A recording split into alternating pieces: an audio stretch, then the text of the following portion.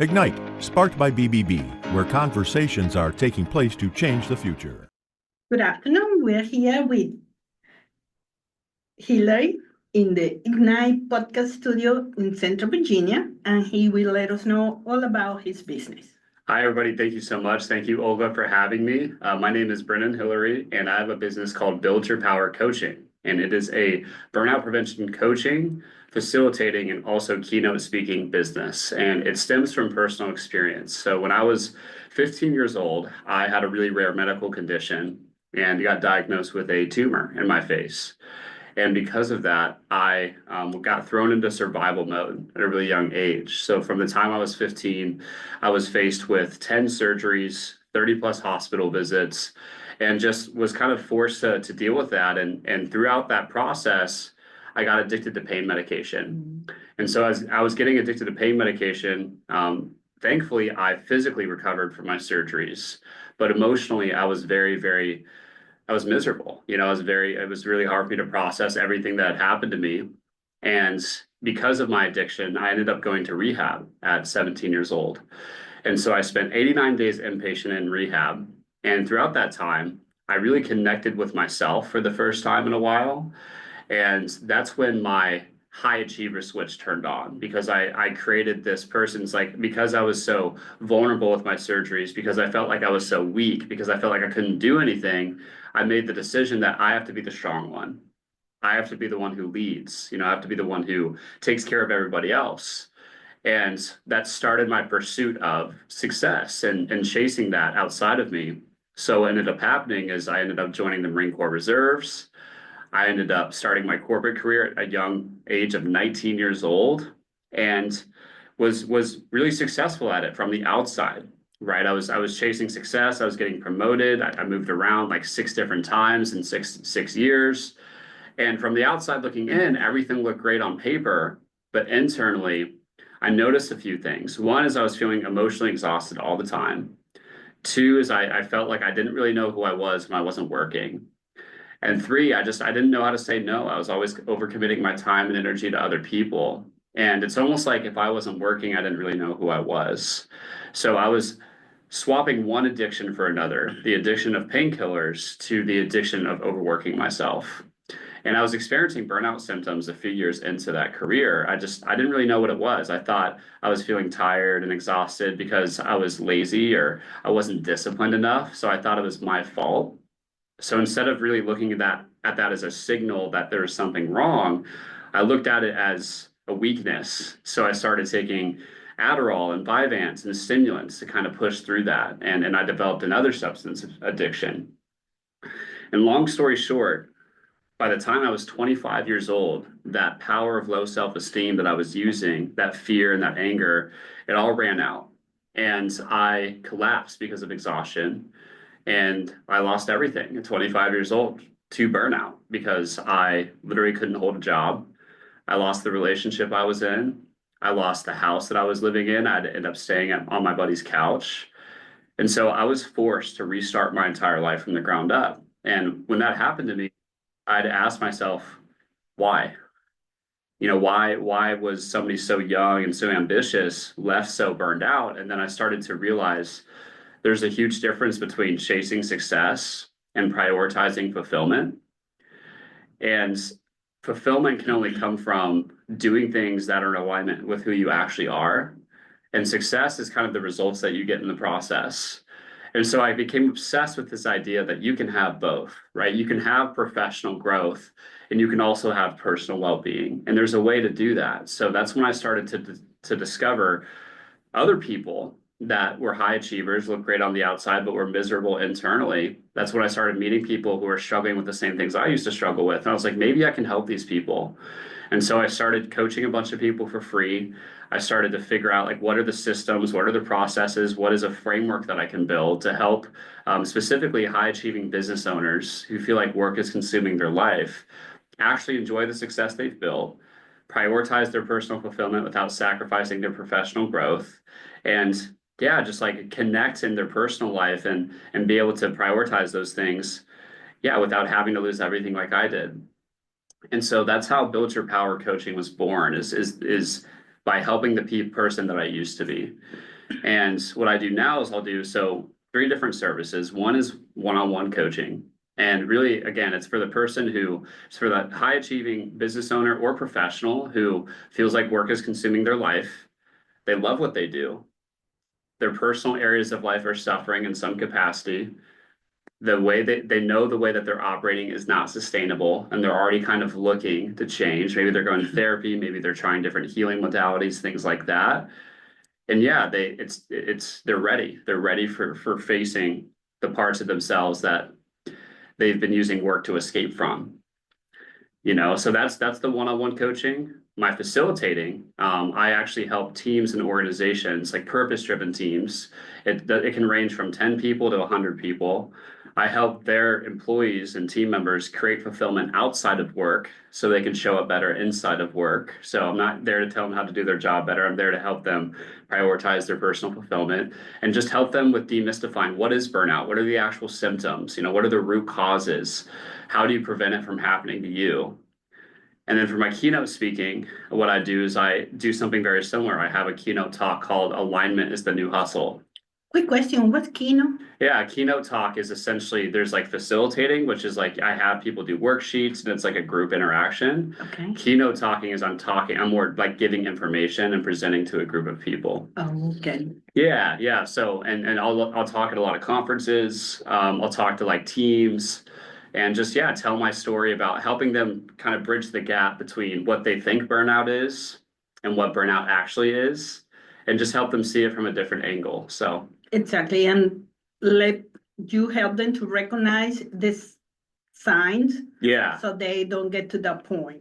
Exactly. Yeah, it's just helping them like really see what the symptoms are, and then helping them understanding where those symptoms are coming from, and then empower people with tools so that they can actually practically build better habits for themselves, learn how to like prioritize things in their life that energize them versus things that drain them. Because one of the most important things the way I perceive burnout and what I've seen in the work I do for others is all burnout truly is when the ratio of things in your life that drain you is higher than the things that energize you.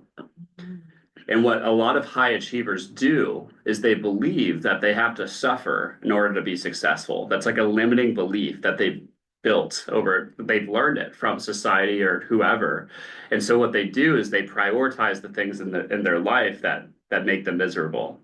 So they prioritize what drains them unknowingly. Like they do this it's just all subconscious, and then all of a sudden their personal well-being and the things that they enjoy are now put on the back burner, and you do that for an extended period of time, you get burned out. Exactly. And maybe it's from the concept that you had to work hard to get things. Maybe you had to work smart, and that's why you're teaching them. Exactly. Yeah. And I think, to a certain extent, I think it's all about intentionality too, right? So I do believe that you have to work hard first before you're able to work smart. Okay. Just because you got to kind of get those reps in, you got to learn what you're doing. However, if you're intentional about that, if you understand like, hey, this is the season of my life where for right now, I'm building a business, right? So this season of my life is I'm going to work a little bit harder than maybe other seasons. However, because I'm choosing that, I don't feel like I'm being forced to do that. Then all of a sudden I'm not as overwhelmed, right? I actually feel energized from doing it because I'm also being realistic about, well, while I'm doing this, these are some areas of my life that I can put in maintenance mode, right? Instead of putting pressure on myself to build every area of my life all at once, right? Which I think is so, so important. It's like different season. Your season right now is to build the business. Yeah.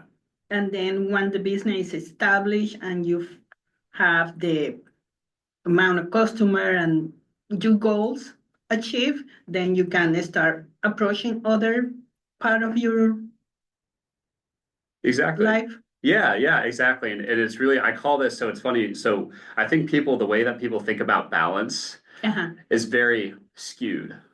So when people think about balance, what they think is, I'm going to put an equal amount of energy into every area of my life. And the thing about that is that's not possible. Okay. And what happens is that actually comes from a mindset of perfectionism. And then what that causes is an unrealistic expectation. So we think everything is important, and then we burn out.